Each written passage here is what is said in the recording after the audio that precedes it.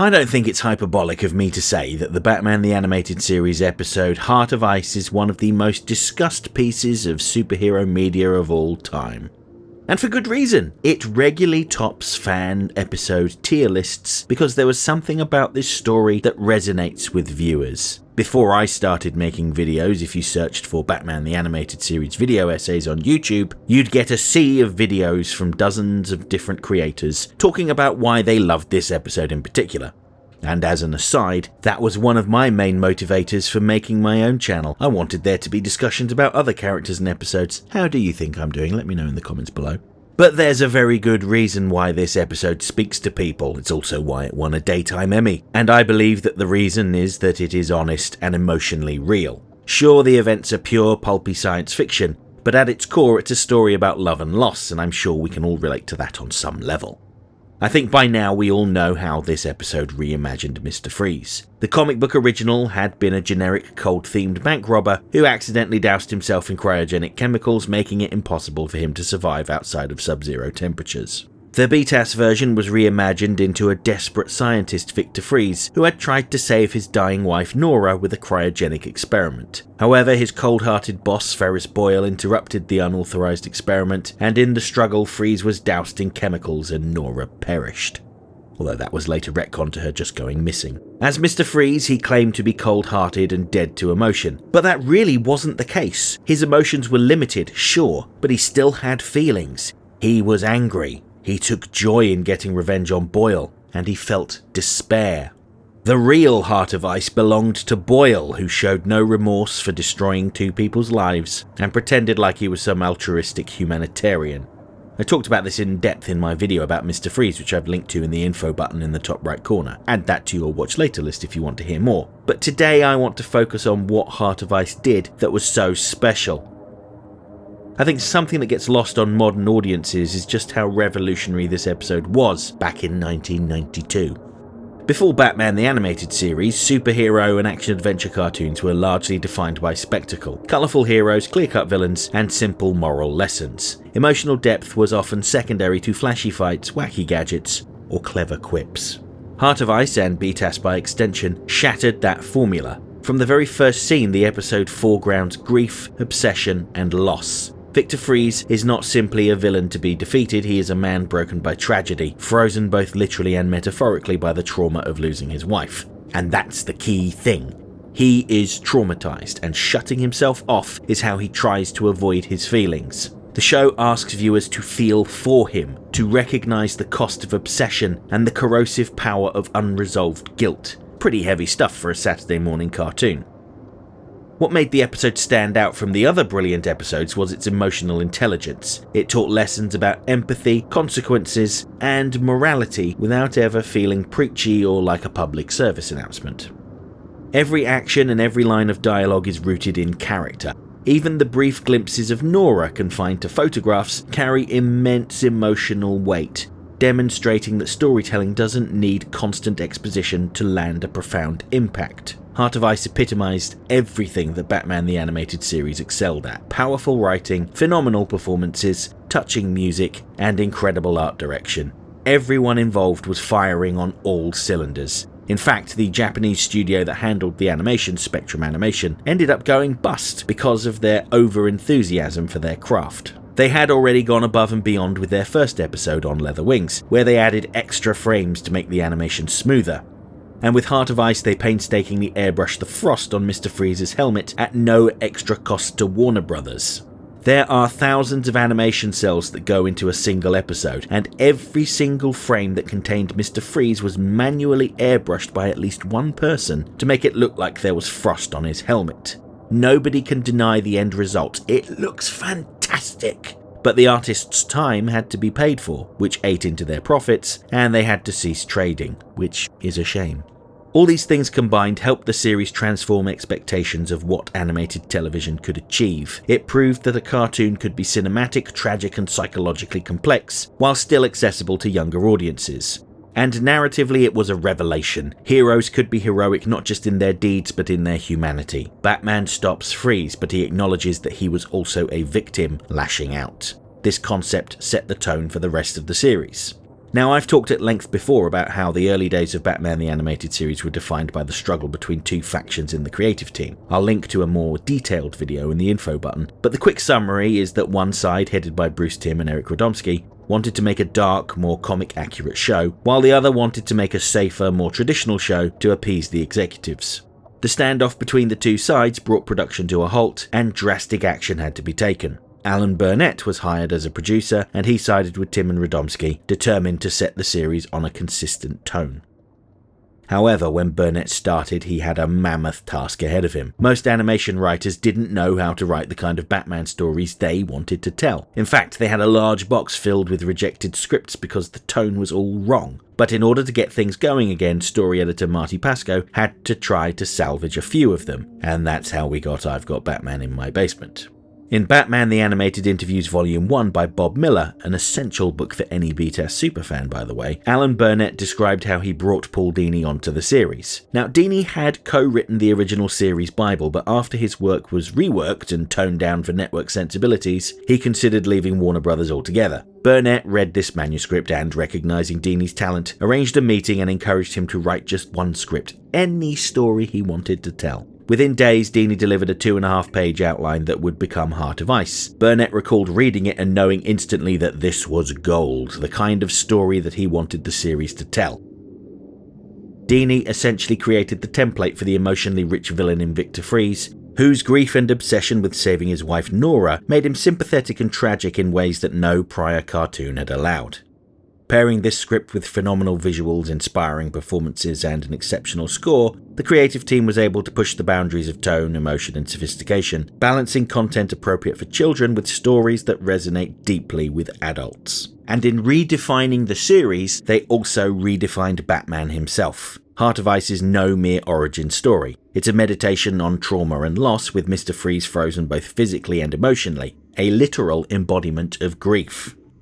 And it was psychologically accurate too. When somebody experiences trauma, their brain's job is to keep them alive, not to store the event neatly. So instead of processing the memory like normal, the brain can lock parts of it away in sensory and emotional fragments. This can create the feeling of being stuck or maybe even frozen. A person might react to certain triggers as if the danger is still present. Emotions tied to that event, fear, grief, shame, or rage, can resurface. They may find themselves returning to the same thoughts or memories, unable to move past them. And that trauma keeps looping over and over, on repeat in their minds. And I think we can easily see how this applies to Mr. Freeze. Victor Freeze is psychologically a man whose entire emotional being is trapped in the moment Nora became unreachable. He can't mourn, he can't accept, he can't move on. His world is a single unending winter. Every decision he makes is controlled by that unprocessed grief. This is profoundly true to how trauma can affect people. Their emotional reactions become anchored to the moment they were hurt, even when everything else in their life has moved on. And his suit becomes the perfect articulation, a life support system that also imprisons him. To survive, he must remain cold. To function, he must isolate himself. To continue in this state, he must numb everything that once made him human. In essence, it's a trauma response presented as a supervillain origin. All of this was a long way of saying that Heart of Ice proved that a superhero cartoon could be cinematic, morally complex, and profoundly moving.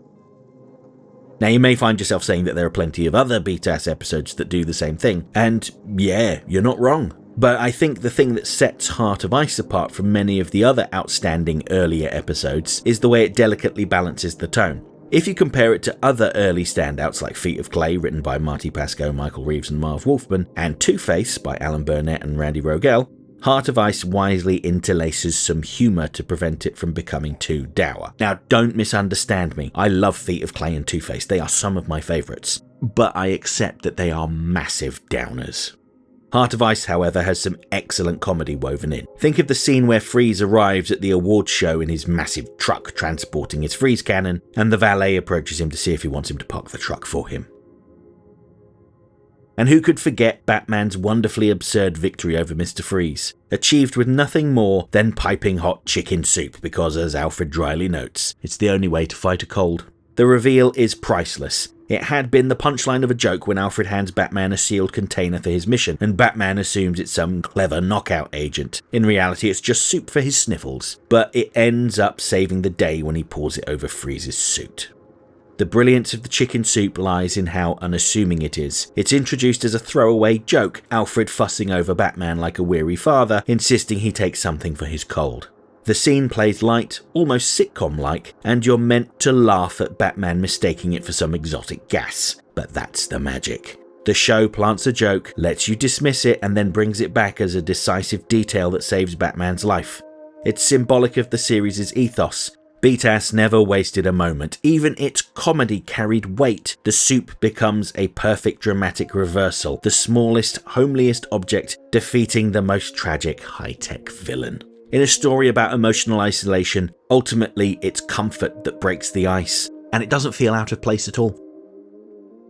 For a generation of viewers, Heart of Ice set the standard for what Batman could be. Intelligent and stylish, telling stories with real emotional weight, and that carried over into the comics, not just by using the same origin for Mr. Freeze. BTAS excelled at telling stories where the villains had legitimate grievances, but the way they dealt with their pain and frustration was the problem. These were stories about flawed people trying their best in a broken world. The Batman comics of the mid to late 90s and early 2000s leaned heavily into that ethos, turning Batman from a mythic detective into a moral philosopher navigating Gotham's ambiguities. Batman's interactions with villains became less about punching them and more about understanding where they were coming from, leveling with them and recognizing their trauma before inevitably punching them. Joke characters like Firefly and Spellbinder were reimagined and given more psychologically grounded origins. That shift is now baked into modern Batman storytelling, even now to a certain extent.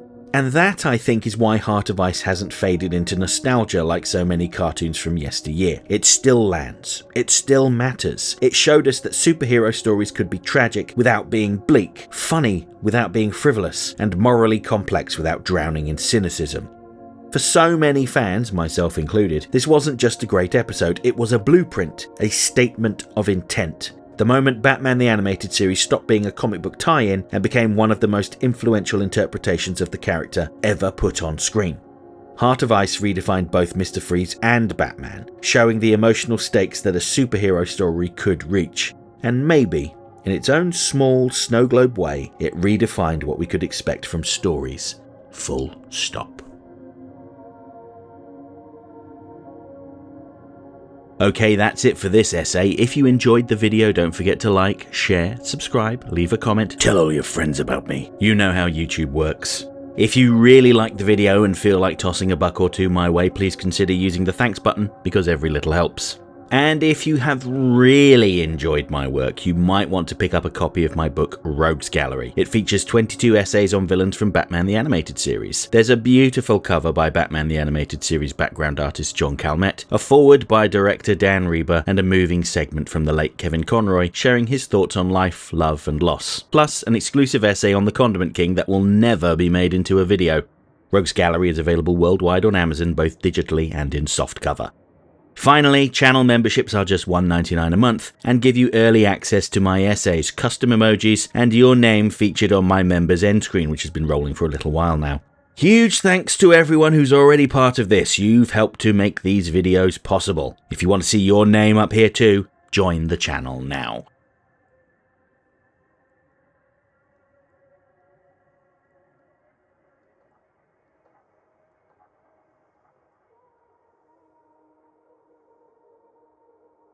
Next time. Well, I hope you enjoyed my first festive video. I'll be back on Wednesday, which is Christmas Eve, with the second video all about the home video movie Batman and Mr. Freeze Sub-Zero and how it could have offered a definitive ending for Mr. Freeze. And Friday's video will focus on the divisive episode of the new Batman adventures that brought Mr. Freeze back with new motivations that never quite hit in the same way that Heart of Ice did. Yes, I'll be talking about cold comfort. Then next Monday I'll be back with my final festive video and my last video of the year, where I'm going to discuss one of my favourite episodes of Batman Beyond that saw Mr. Freeze return, try to go straight, and get dragged back into villainy. We're going to talk about Meltdown. Hope to see you then.